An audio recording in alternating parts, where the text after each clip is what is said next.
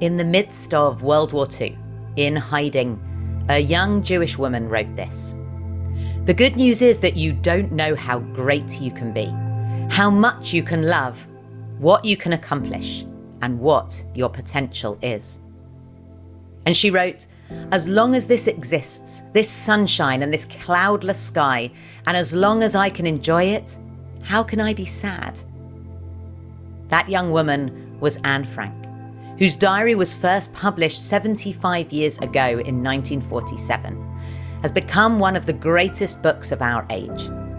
This weekend marks 70 years since the work was first published in English for the UK and US markets. Since then, it's been translated into more than 70 languages and sold over 30 million copies. You are listening to Rabbiting On. I'm Rabbi Miriam Berger, and I'm here with Rabbi Robin Ashwerstein and the Chief Executive of the Anne Frank Trust, Tim Robertson. Really lovely to meet you, Tim. It's a real pleasure to be here. Thank you very much, Miriam. And lovely to have you back, Robin. We missed you last week. Thanks, so good to be back and for such a great and important conversation. Looking forward to it. Indeed. We've a lot to talk about, but before we get into it, we also just wanted to send our love to Rabbi Debbie, who isn't with us today because she is in fact in Poland on the March of the Living. And of course, earlier this week, it has been Yom HaShoah, Holocaust Remembrance Day, and for Jewish communities around the world, this is so much part of our narrative at this time of year. So Debbie's kindly been able to share some of her experiences with us, and we'll hear that a little later as our conversation continues, as she's pre-recorded little bits for us for today. But let's really dive into our conversation about Anne Frank, about the diary.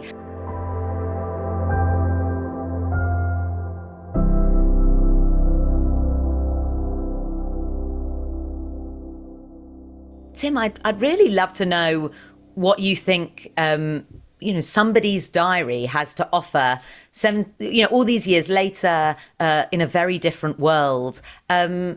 What inspires you each day by this book to do the job that you do? So what we do at the Anne Frank Trust UK is we take Anne Frank's diary into schools all around the country and use it to empower young people aged 10 to 15 to recognise all forms of prejudice and to speak out and challenge those forms of prejudice. So we start with the story of anti-Semitism and then we make it relevant to all forms of prejudice. And I think that the particular power of Anne Frank's diary is that it is, as it were, both tragic and triumphant. It's clearly tragic and it's on one level an absolutely heartbreaking read. As this remarkable young woman, we know she has no future. We know that she has no future as, in her own life. And her life was cruelly cut short, one of the 6 million. And she achieved everything she set out to achieve in that book. It is the great example of how we can change the world by telling a story. And I think that more than anybody else, what Frank did was brought the Jewish experience of the Holocaust to a non-Jewish worldwide audience. And by above all being a human being, but I think in a way, the question we also have to recognise is why, if you go to the Anne Frank house in Amsterdam, wonderfully curated, has a brilliant sort of sequence at the end about the sort of, what the impact of Anne Frank's life and work have been. And there's a film showing all kinds of different people commenting on different angles about what they've got from the diary. There's one Holocaust survivor who says, I don't like Anne Frank. She's the pin-up girl for the Holocaust. And I really get why, for many survivors, families of survivors, second, third generation survivors, why does that, my faith tradition is as a Quaker, but in all faith traditions, every person is a valuable soul, are they not? Each one of those 6 million is equally a wonderful human being whose life was destroyed. the reason Anne Frank stands out can't just be because she was a very beautiful young woman and she lived in a pretty house and it's become a museum. It's actually because she was a genius as a writer. She just wrote a better book than anybody else. It's not that hundreds of thousands of other people didn't write diaries and other books at the time during Nazi occupation and afterwards about the Holocaust. But some people, and we all know this is one of the ways in which God isn't fair. We have talents, some people have talents in some things. I want to be a poet. My poems are just not that good. I'm just never going to make it. But I have talents in other ways. We all have talents in some ways, so of course we do. But Anne Frank wrote that book. It's by far the greatest book written by a teenager in the world of literature, and for taking it into schools to teach about prejudice. That it's the story of Anne and her story in the Holocaust is the absolute bring home reminder of how serious and grave the issue of prejudice and discrimination is. It can lead to genocide, and that makes our young people take their role as Anne Frank ambassadors really seriously. And also, equally, it is a great role model of how to tell your story. It's resistance to oppression, isn't it? Brilliant resistance to oppression. And it couldn't save Anne's own life, but reach millions so that they would understand her and others. So I'm fascinated by the resentment piece. That kind of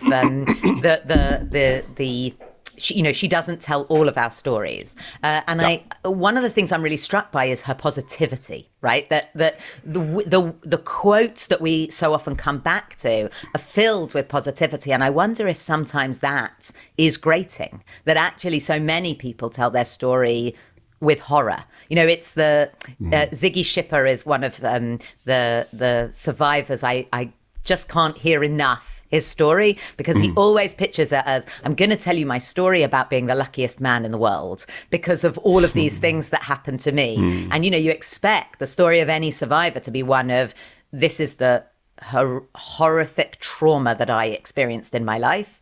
And yet that, what weaves through the diary and some of our survivors' stories is that overwhelming sense of positivity. Miriam, I think the passage you're referring to is from the 15th of July, 1945, and it is where Anne says, I still believe, in spite of everything, people are truly good at heart. And of course, it begs a question knowing, would she still have said that as she was dying in the most appalling circumstances of disease and starvation in Bergen-Belsen, sort of 8-9 months later? We don't know, although we do know that when she did see one of her old school friends there, she was still talking about the diary and how much it meant to her. So we knew that she still believed in that as something of her that could still reach the world. I think because we exist in rather a quote culture and a tweet culture, and we tend to pick bits out of the diary out of context. That passage in which that occurs is perhaps the greatest diary entry, and the sentence itself has, in spite of everything. She's not a naive writer, Frank. She writes in the same paragraph, she says, the thunder is approaching, that one day will destroy us too. The remarkable thing, that's her greatness, is she is able to see both the bleakness and the terror and the horror and be hopeful and believe in life and humanity. And great writers are people who can capture that range and make something that's apparently contradictory or holds different meanings together, can make it hold together in something that captures and communicates and holds together. So for me, it's more complex, and there are lots of passages in the diary. There are passages in the diary where she has great fun. There are passages in the diary, there's the wonderful love story at the heart of it, where she falls in love with Peter, who was the only other teenage boy there. So although she also, of course, had sexual feelings towards girls, which she writes about very explicitly, but the love story with Peter is, I think, Absolutely, in a way, the heart of it. It was the bit that mattered greatly to her. Of course, it does to teenagers, to all of us, of course. But that's what she was robbed of, isn't it? That was the future love life and family that she was robbed. And it's wonderfully, wonderfully done. And there are passages of absolute despair and bleakness. She's not a writer who and I think it's by the kind of taking little quotes out that she is. And I mean, I still believe that sentence. I still believe, in spite of everything, that people are truly good at heart. I think that is the nub of her philosophy, and I think that's in a way the knob of what we do in anti-prejudice education at the Anne Frank Trust. Is we say you mustn't discriminate against people because there's goodness in everybody. And get to the nub of why. Why does discrimination rear its head? People are not born into discriminating against one or the other. One has to understand the journey to get to discrimination. Robin, do you have like a go-to passage that you use in Anne Frank's diary? I think, all of us use the diary in different ways in terms of education. And I think there's often that kind of the quote that we come back to. Yeah, well, I have to say, actually, Tim, it's exactly the passage you referred to. We have it in our maths or our prayer book for Yom Kippur in the afternoon, that whole passage. And we read it every year. It's optional, but I always read it. But I've used it in countless different places. I've used it at funerals. I used it heavily at the beginning of the pandemic, because I think it's the piece that, as you said, enables us to access, allow and name any pain and trauma and still have hope through that. And I think that's quite countercultural. We're good at like suppressing the pain, or meaning that means we can't believe in goodness and hope because it's so despairing. And I remember saying at the beginning of the pandemic, if Anne Frank can say this, then I can find within it what I need, because I trust she went through it all. And I think it's really powerful how you explained the pull of her work being, I forget exactly the words used, but the trauma and the triumph, the both of those together. And I think that, like, as a young Jewish girl reading her book, really, and it's a journal, right? So I wrote a journal when I was a teenager as well. So I in her writing, the ups and downs of love, the frustrations with parents, whatever it is, it just connects really deeply. And the humanity deep within each of us, you connect straight to it. Yes. And I remember I went to the amazing museum in Amsterdam as well when I was a teenager with my mum.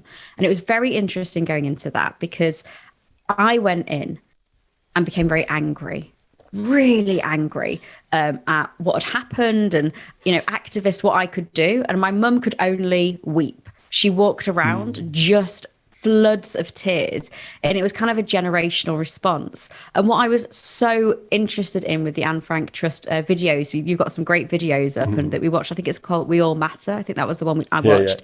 And the young people talking in that were phenomenal, and their reactions to the book and how they were able to express very deep truths about activism, anti-prejudice, and the scourge of anti-Semitism itself and wider racisms was phenomenal. And I think Anne Frank speaks to all of that. So that is the passage that I always go to, is that, the ever-approaching thunder, the world being turned into wilderness. That's almost like, for me, the Torah distilled into a passage. That's what it is. We live in a world that is wilderness. Now with Ukraine, it's the same, not exactly the same, obviously, but the threads of the hatred and massacres and sexual violence, whatever it is, are there. The approaching thunder, the ever-approaching thunder, it's just completely timeless. So really, that's the passage, Miriam. I know you've got one that you really hold on to. Well, it's interesting because your kind of summation that is Torah is, for me, that because the other piece of Torah is our relationship with God. And one of the real challenges, as a rabbi trying to give Judaism to my community, is that the Torah doesn't give us an easy relationship with God at all. And often is the thing that kind of puts us off a relationship with God, because with God so personified in the way that Torah and our liturgy then takes us into, a lot of, I have a lot of members that end up kind of feeling like they have to admit to me that, maybe they're really atheist at heart because they really can't get to grips with God, even though Judaism is so important and actually prayer is so important. But kind of it's God that's so hard. And so for me, there's a beautiful piece that she says people who have a religion should be glad, for not everyone has the gift of believing in heavenly things. And it's a reminder for me. For me, God belief has always come very naturally and very easily.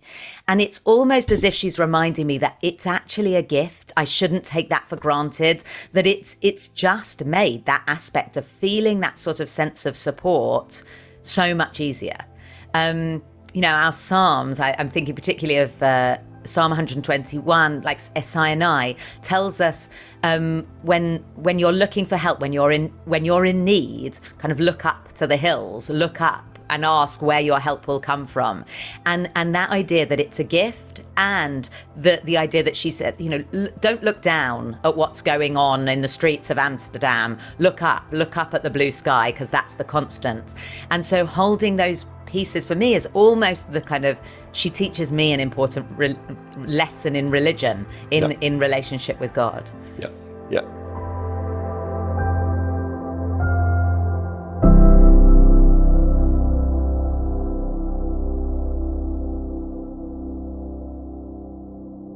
Her mother, who she had a very difficult relationship with while in hiding, brought her prayer book in, and Anna said, "Don't know why." She's comments on, but I don't know why she brought that in, and comes to appreciate it more as their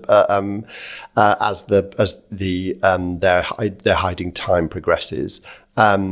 But she's been through a particular time of doubt and depression when she comes through to those statements about religion and about nature. And of course, she could only look up because they just got some cracks between the blinds. They could see the sky and a bit of a horse chestnut tree outside. But I think it's really fascinating in the passage that you use with your young people for Yom HaShoah, Robin, that passage, which is a brilliant. I mean, it's a kind of, it's almost a Shakespeare speech the way it could be analysed. But the turning point between the despair and is the phrase, and yet, comma, when I look up at the sky, comma, da da da da. And I think that's partly nature and it's partly God.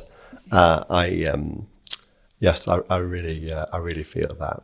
Yeah. I didn't know whether you might like to see. We have here at the Anne Frank Trust. Here is, I don't know if you can see that. You have to explain what you're holding up as well, because for people who are listening, it is a 1947 first edition of the Diary of Anne Frank, which in Dutch was called. My Dutch is not even off the starting blocks, but what that means is the achterhuis, the house at the back. So that the Dutch title was the rear house, the annex at the back of the building was what it is now. So it's published originally in Dutch and the 75th anniversary falls on the 25th of June. And this is actually a second printing though, which means it is worth a 4-figure sum, but if it was a first printing, it would be worth a 6-figure sum. Do we know where those first printings are? There are very few, as ever, it's all about whether it's the luck of whether a book survives with its dust jacket and all of the rest of it. But that was the original Dutch publication. And then 5 years later, in 1952, that was the English translation, for which Otto Frank, Anne's father, chose the title together with the publisher of A Diary of a Young Girl. So the title changed. It is extraordinary how quickly it got out into the world. Yeah. It really is. It was actually a bit of a slow burn here in Britain. But there was a famous review in the New York Times by one of their serious reviewers, who then went on to write the Broadway play that appeared a couple of years later. And that article really was what got it noticed in America.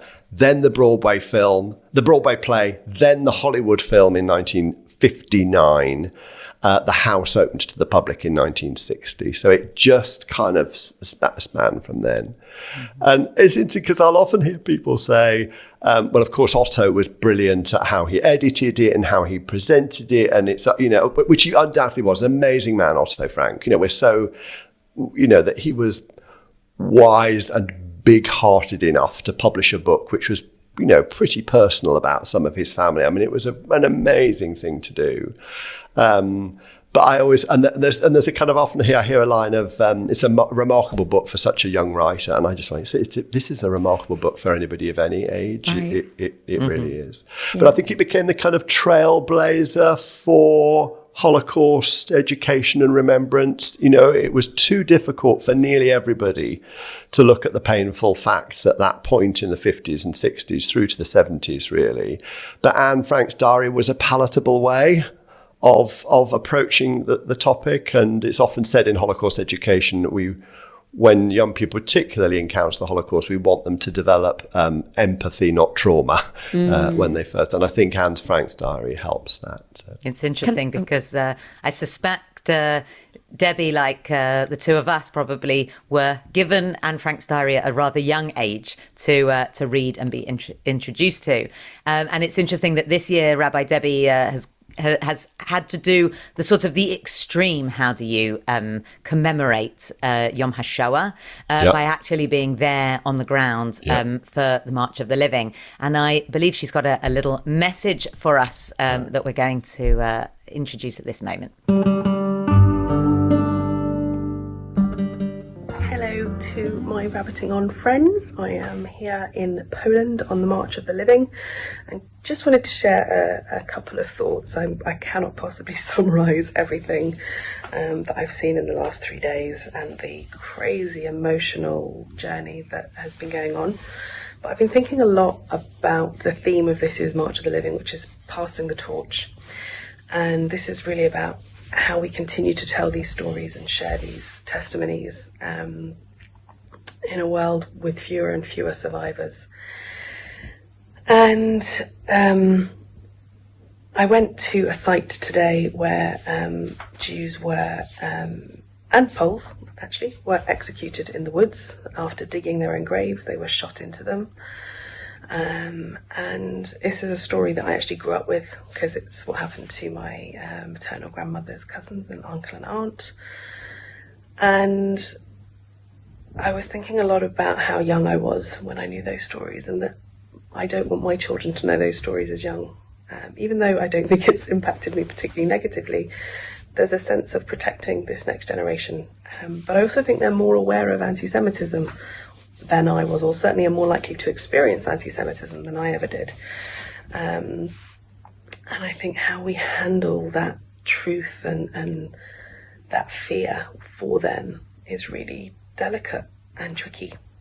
And I've also been introduced to a story that I wasn't aware of righteous Gentiles called the Ulmer family, who rescued Jews. This is them. They're 6 children. You can see a pregnant mama and dad. And they actually hid a number of Jews, but were discovered. And in Poland, it was the only place in Nazi-occupied Europe where if you hid Jews, you would be executed. So the Jews were executed first when they were discovered, and then the Ulmer parents were executed. And then they kind of apparently had a debate about what to do with the children, and decided that they might have trouble from them later on if they didn't sort them out then. So they executed the 6 children as well. And just thinking about the risks that people took to look after one another. People who they knew locally, who they lived with, sometimes people they didn't know.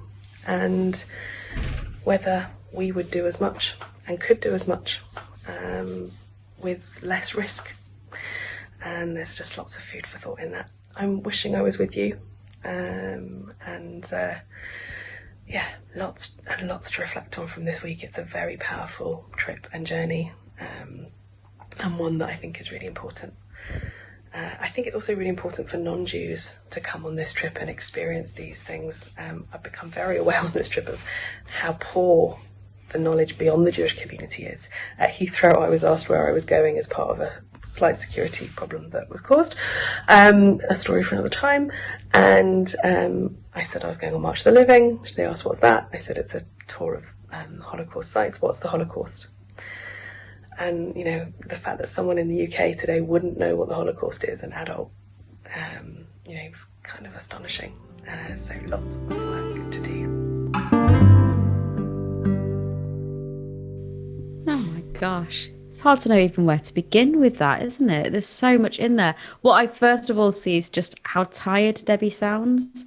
And I think she's been kind of messaging a little bit, and the immensity of even us, hearing the story that she just shared of those righteous Gentiles is affecting me.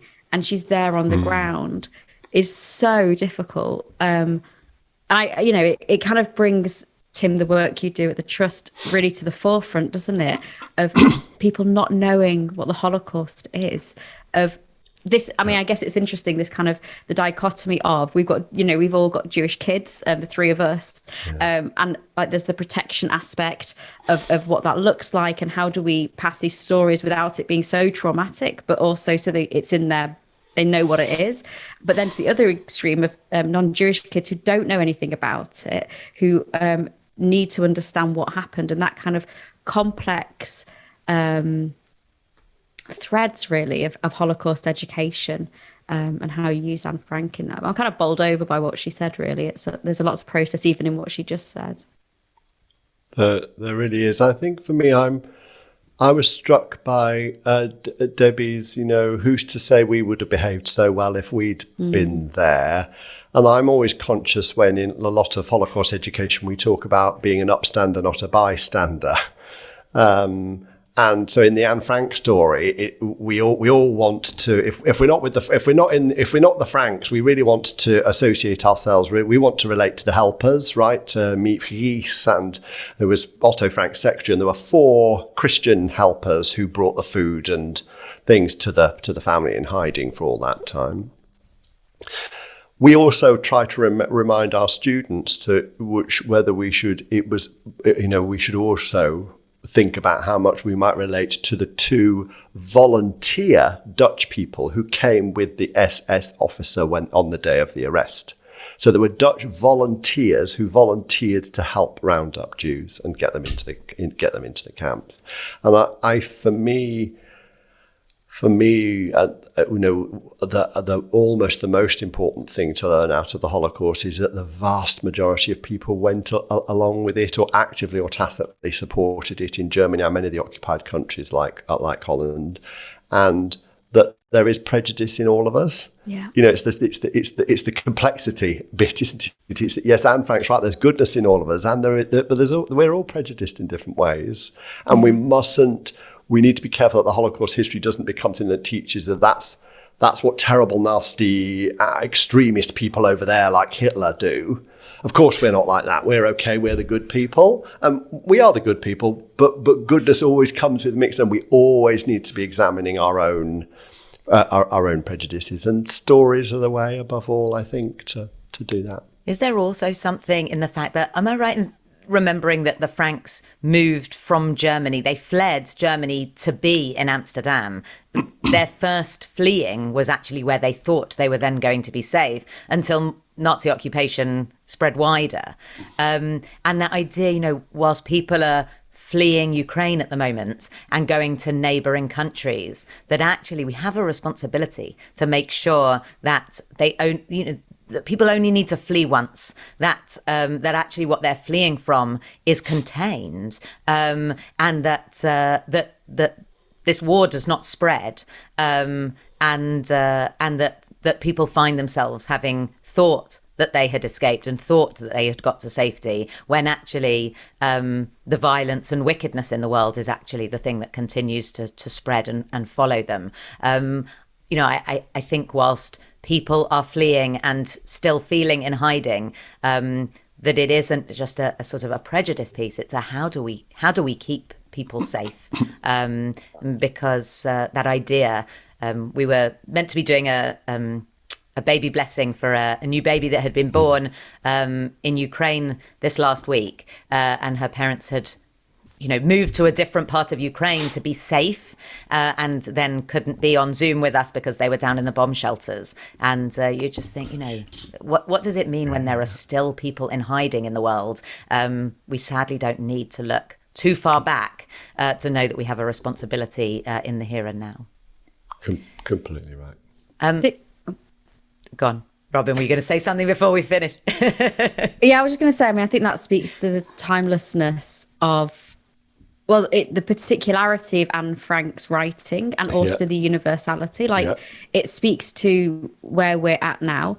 And Tim, I'm really struck by what you said. And it's funny, I have lots of Rabbi Lionel Blue, Zichrono Livracha, Britain's best loved rabbi, as he was known. Lots of his little quotations. And I happened to pick a book of his up today, as I often do. And he said in it, I resolve, and he did a list of things. One was like not to eat my dog's chocolate biscuits and things. But then one of them was, with his usual humour, one was I resolve to remember the little Nazi inside of me. And I think there is something that links in with the timelessness of we all have the tendency of violence and hatred and prejudice is within every human being. Also the tendency to goodness and to love.